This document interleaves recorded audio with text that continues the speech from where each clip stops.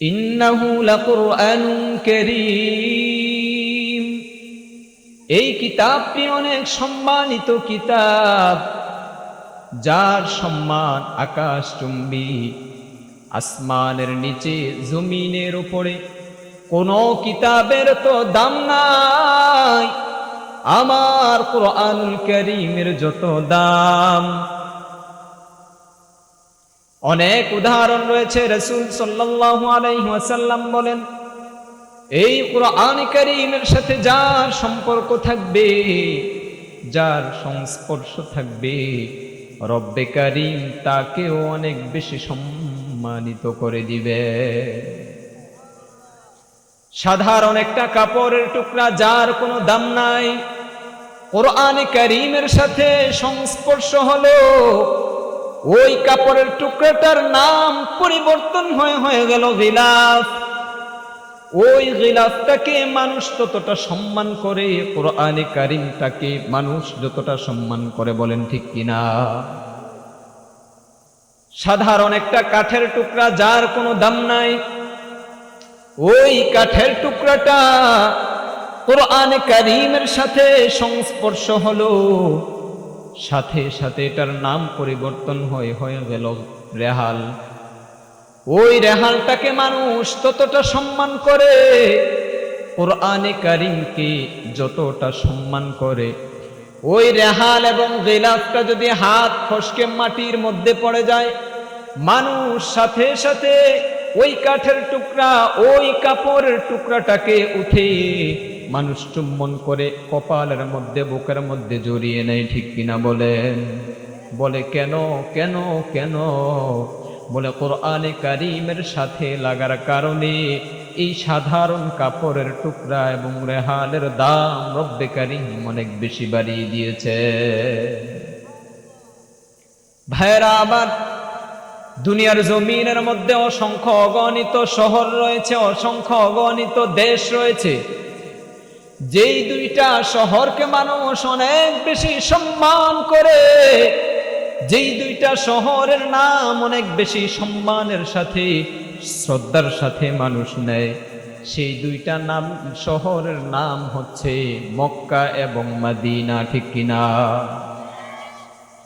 কেননা ওই দুইটা শহরের নাম কুরআন কারীমের মধ্যে রয়েছে। যেমন সূরাতুল ফাতিহাতি মাক্কিয়া, অর্থাৎ এই সূরা ফাতিহাটা মক্কা শহরের মধ্যে অবতীর্ণ হয়েছে। মক্কা শহরের মধ্যে অবতীর্ণ হওয়া মানে ওই মক্কা শহরের সাথে কুরআন কারীমের সম্পর্ক রয়েছে। ওই সূরা নাসরের সাথে কুরআন কারীমের সংস্পর্শ সম্পর্ক রয়েছে, যার কারণে সারা দুনিয়ার জমিনের মধ্যে অসংখ্য অগণিত শহর রয়েছে।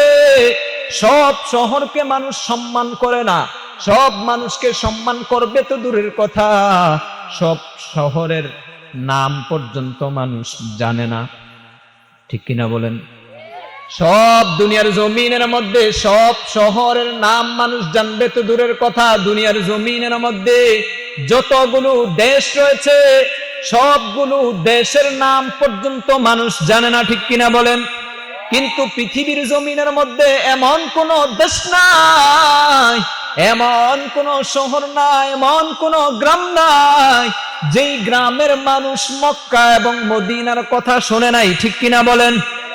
এই দুইটা শহরের দাম মানুষের কাছে কেন এত বাড়লো?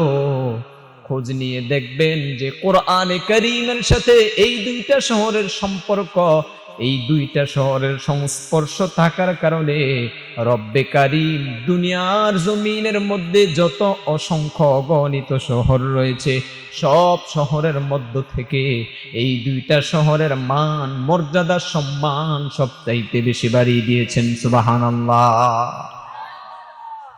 ভাইরা আমার, একবার চিন্তা করে দেখেন, যেই শহরের কোনো দাম নাই, যেই কাপড়ের টুকরার কোনো দাম নাই, যেই কাঠের টুকরার কোনো দাম নাই, ওই কম দামি, সেই কম দামি কাপড়ের টুকরা, কাঠের টুকরা শহরের সম্পর্ক কোরআনের সাথে হওয়ার কারণে, লাগার কারণে, সংস্পর্শ থাকার কারণে রব্বে কারীম ওই কম দামি জিনিসগুলোর দাম অনেক বেশি বাড়িয়ে দিয়েছেন।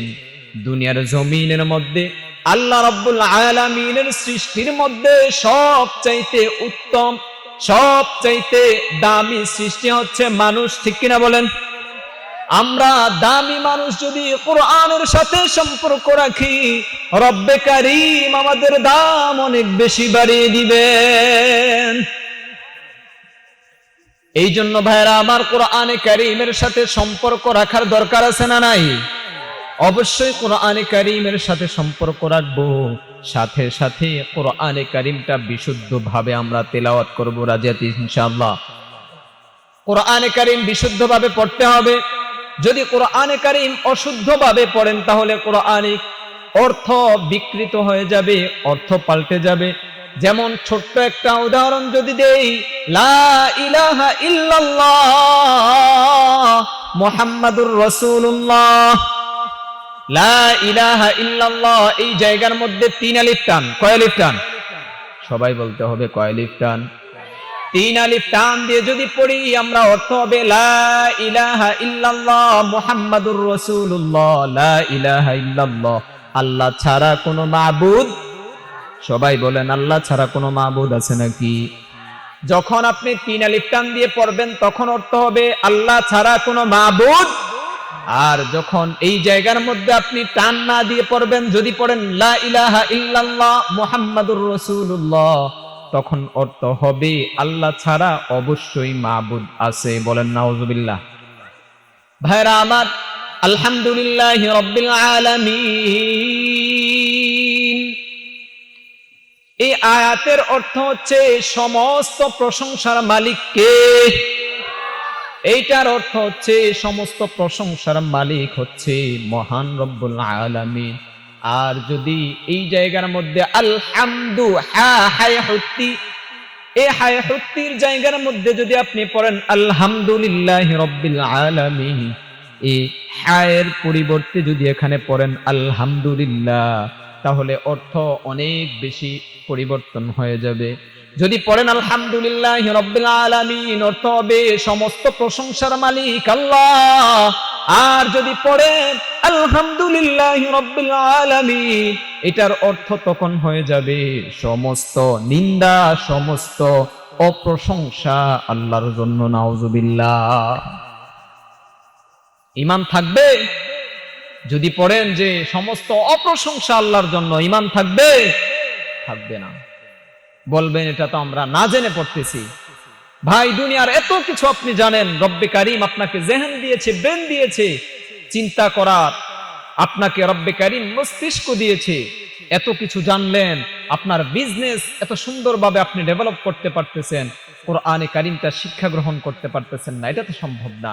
তো তাই আসুন আল্লাহ রাব্বুল আলামিন আমাদেরকে কোরআনের সাথে থাকার এবং কোরআনে কারীম বিশুদ্ধভাবে পড়ার তৌফিক দেখ। সকলে বলুন আমিন।